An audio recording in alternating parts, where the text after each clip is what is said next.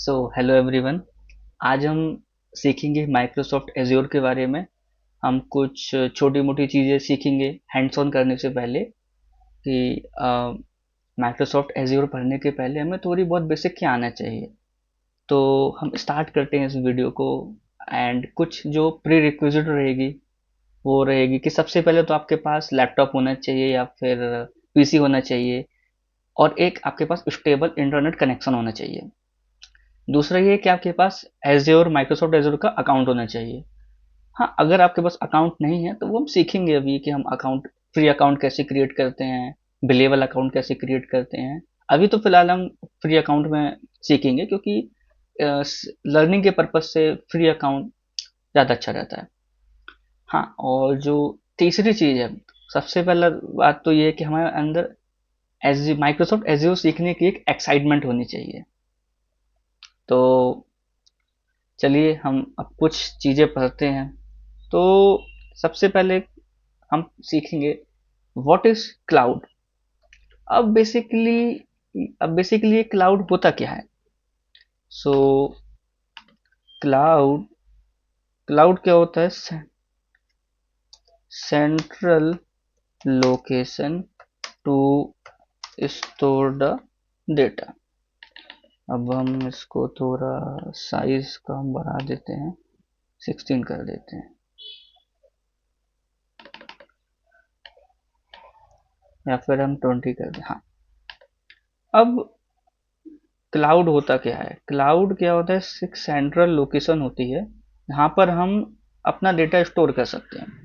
अब इसको हम एक बात से समझते हैं। Let's say you have one organisation, ठीक है। अब आपको उस ऑर्गेनाइजेशन का डेटा सेव करना है, तो आप क्या काय में करेंगे? लेट्स से आपके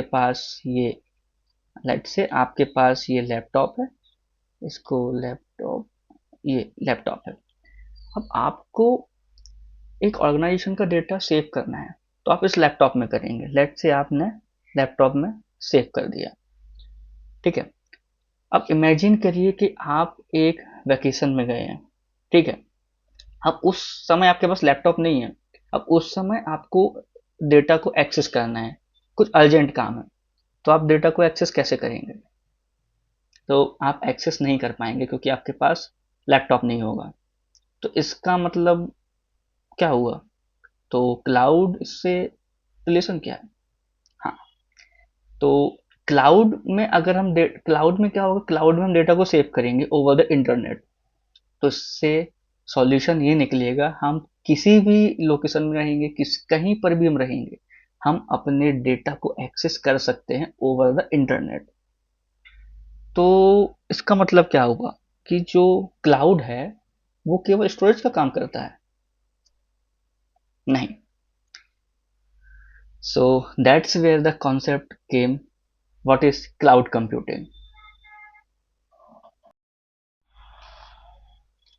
तो अभी जैसा कि हमने एग्जाम्पल देखा कि क्लाउड होता क्या है। हम क्लाउड में कुछ भी अपलोड करते हैं, या फिर हम क्लाउड का यूज़ करते हैं एंड ओवर द इंटरनेट हम उसको एक्सेस कर सकते हैं। तो अब ये क्लाउड कंप्यूटिंग क्या हुआ, तो हम एक एग्जाम्पल के साथ समझते हैं। फॉर एग्जाम्पल, आप एक ऑर्गेनाइजेशन में काम करते हो, ठीक है। अब उस ऑर्गेनाइजेशन में आपको हाई लेवल कंप्यूटर चाहिए, या फिर हाई लेवल मशीन आपको लगता है। लेट से आपका प्रोसेसर जो है उसमें आपको हाई चाहिए, 32 GB की आपको रैम चाहिए, विंडोज या मैक किसी भी पर भी काम कर रहे हो आप, और इस स्टोरेज आपको 1 TB चाहिए। तो आप इन सब चीज़ों में काम कर रहे हो, इस इस स्पेसिफिकेशन के लैपटॉप में आप काम कर रहे हो, ठीक है। अब फॉर एग्जांपल आप किसी वैकेशन में जाते हो एंड सडनली आपको अर्जेंट कोई काम आ जाता है और आपको काम करना रहता है। तो अब आप कैसे काम करोगे, क्योंकि आपके पास लैपटॉप तो है नहीं। और अगर आपको लैपटॉप मिल भी जाएगा तो उस स्पेसिफिकेशन का नहीं मिलेगा जो आपके पास पहले था, हाई लेवल लैपटॉप। तो आपके पास ऑप्शन क्या बचता है? आप मार्केट में जाते हो, मार्केट से आप उसी सेम स्पेसिफिकेशन का हाई लेवल का हाई लेवल मशीन या फिर लैपटॉप खरीदते हो फिर आप काम कर पाओगे। तो यहाँ पर हमारा क्लाउड कंप्यूटिंग हेल्प करता है। तो अब वो कैसे हेल्प करता है वो हम देखेंगे। ठीक है, तो लेट्स से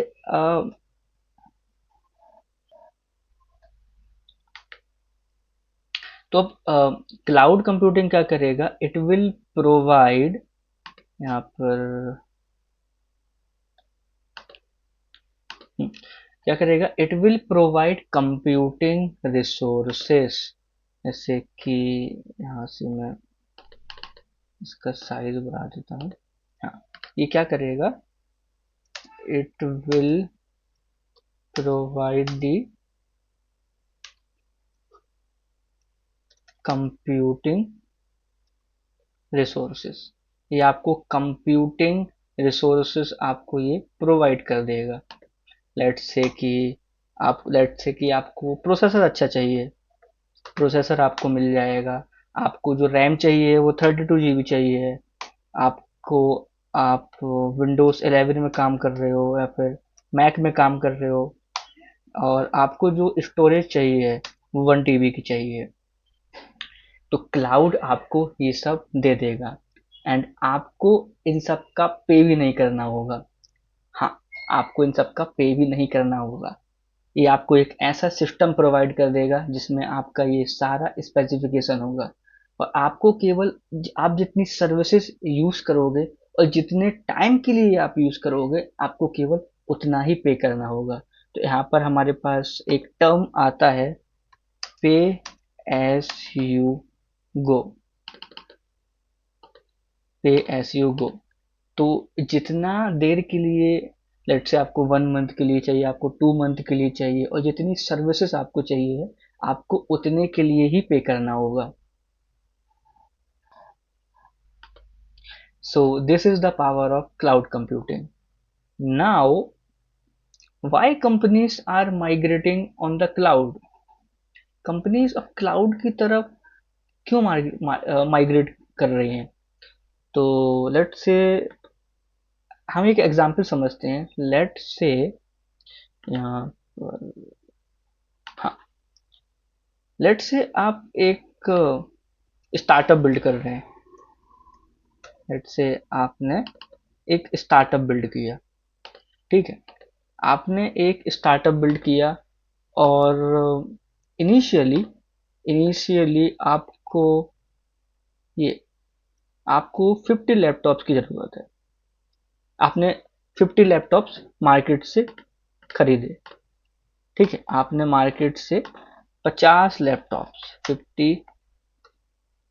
लैपटॉप्स आपने बाय कर लिए। ये 50 लैपटॉप्स आपने खरीद लिए। अब और जो ये 50 लैपटॉप्स होंगे ना, ये आपने डेवलपमेंट ऐसा डेवलपर लैपटॉप्स खरीदने हैं। इसमें स्पेसिफिकेशन हाई है, ये प्रोसेसर इसमें आपका अच्छा है, आपकी रैम इसमें हाई लेवल की है, एंड जो बहुत सारी कॉन्फ़िगरेशन है इसमें सब हाई लेवल की है, डेवलपर लेवल की। अब क्या हुआ, क्वार्टर वन तो आप समझ गए हो ना, हमारे एक साल में 4 क्वार्टर होते हैं। हर 3 मंथ को हम एक क्वार्टर बोलते हैं। ठीक है, तो लेट्स से क्वार्टर 1 में आपके केवल 20 लैपटॉप्स ही यूज हुए। क्वार्टर 1 में आपके केवल 20 लैपटॉप्स ही यूज हुए। 30 लैपटॉप जो है आपके अनयूज्ड हो गए। ठीक है, अब आया क्वार्टर 2। अब आया क्वार्टर 2।